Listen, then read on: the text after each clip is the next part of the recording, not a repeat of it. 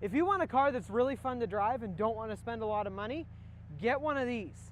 This is the 2015 Scion FR-S, which is also known as the Subaru BRZ and the Toyota 86. See, what happened is Scion is owned by Toyota. They discontinued Scion in 2016. So after that, they just built the Toyota 86, which is this car with a Toyota badge on it. But Toyota gets theirs from Subaru, the BRZ. Toyota buys these from Subaru and then puts a Toyota badge on them, or a Scion badge in this case. See, what happens is Toyota isn't really known for building fun, sporty cars.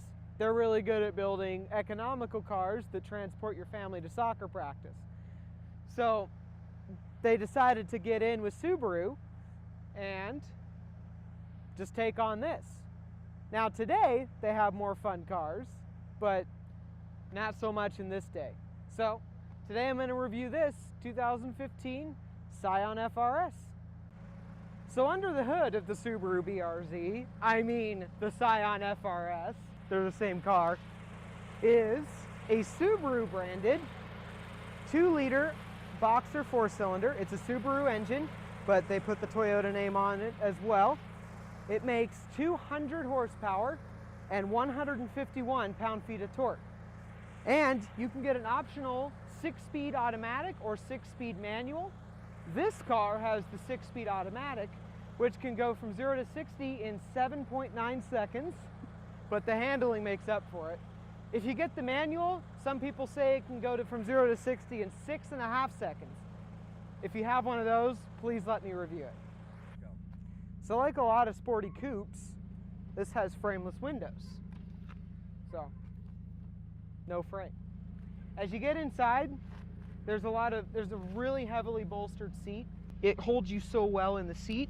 And since it's not leather or something that's slippery, you don't slide around. So as you're moving it through the corners, you stay right here. On the door panel here, we have 2 automatic windows for both the driver and passenger side. It surprisingly does have back seats. However, I don't think you're going to be using them. So to show you the middle here is the controller for the 6-speed automatic. And you have the traditional way. When you put it in manual mode, you shift up, or you push up to shift up and down to shift down. It doesn't do anything while we're stopped, but that's how you do it. You have sport mode, snow mode, another sport mode, and traction control off, which is one of my favorite buttons. In the center here, you have a couple switches, nothing special, just your typical AC controls. It's not fully automatic, but it's there. You also have a clock, passenger airbag, and a Scion branded radio that's really for a Subaru. On the steering wheel, we have paddle shifters, which is fantastic, as well as a fully functional gauge with a digital speedometer readout, as well as an analog, which I think is pretty cool. So as far as the trunk situation on the Scion FR-S, Subaru BRZ, and Toyota 86, they like to make it hard. So I'm going to have to go all the way to the door, open the door, and then they like to make it hard and make me push that trunk button on the side of the steering wheel after I open the door. Then it just pops, and then I have to come back here and do even more work and pick it up. And back here, it's a very small trunk, but it's also not really a practical car, which is not why you're buying it. So, ooh, that's loud. The driving portion of the FR-S. This is going to be a very slow but fun acceleration.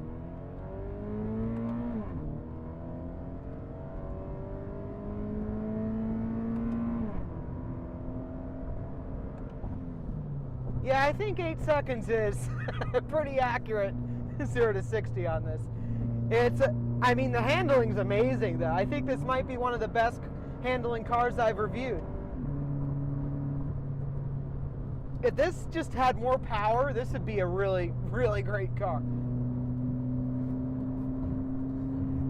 aside with the bolstering on the seat, this thing is amazing. So, one thing I noticed as I was coming down there, traction control, I think, pretty much needs to be off because if you're really pushing it, because it keeps thinking I'm skidding, and so it tries to correct it, and that just caused me to skid more. So I feel like if you didn't know what you were doing, you might run off the road in that situation. But please make it, please make it. Okay.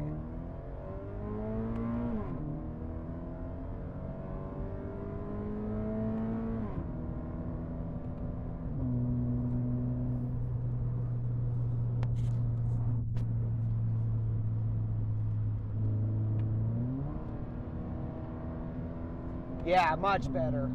Much better. So now the traction control's off, and it's quite a difference so far. You can take corners and it doesn't think you're about to. Oh yeah, there we go. All right, so we're redoing the run here with traction control off to make sure that it's better, because that kind of made me nervous the first time around. So far, it's a lot better. Let's see how it does on the corner here. There we go. There we go. Nice. Very nice. Dude, it's so good!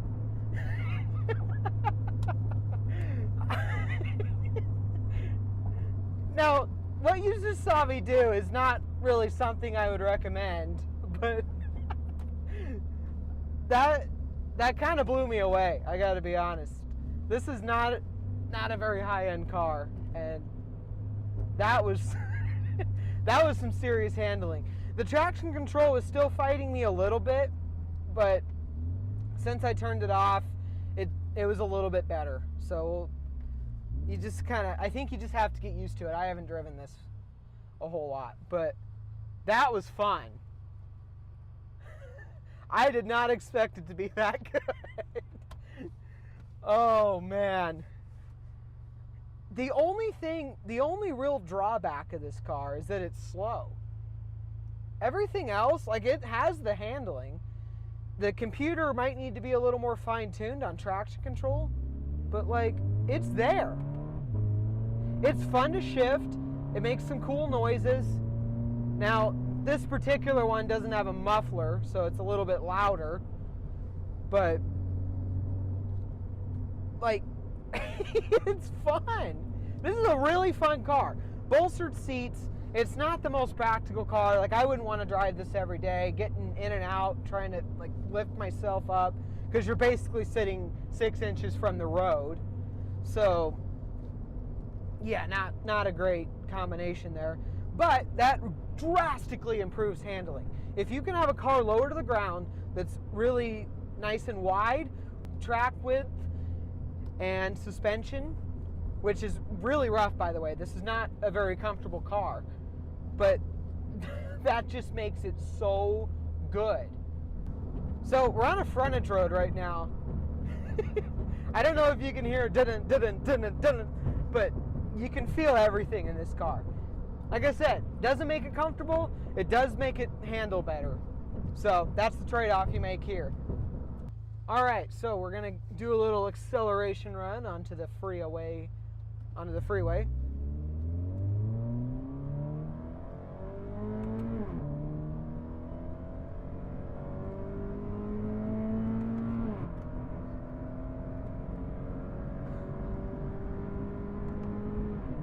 Yeah, not really that fast.